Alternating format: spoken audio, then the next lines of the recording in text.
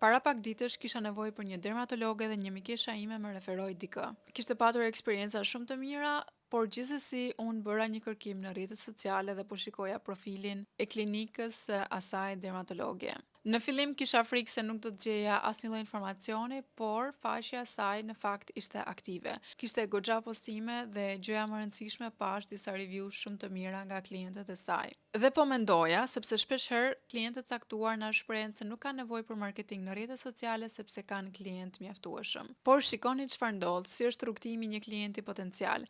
Edhe nëse ju keni klient mjaftueshëm të cilët ju referojnë tek të tjerët, gjithmonë njerëzit gjithsesi do t'i hedhin një sy faqeve tuaja online, faqes tuaja të Instagramit, ndoshta website-it tuaj dhe do t'informohen edhe vetë paraprakisht. Prandaj, edhe nëse ju jeni full me klient, mos i lini pas dore rrjetet tuaja sociale, prezencën tuaj online. Postoni review-t që merrni nga klientët tuaj. Postoni informacione rreth klinikave tuaja ose bizneseve tuaja, për shërbimet që ofroni, ofertat që keni, parimet dhe vlerat e biznesit tuaj. Le të jenë aty.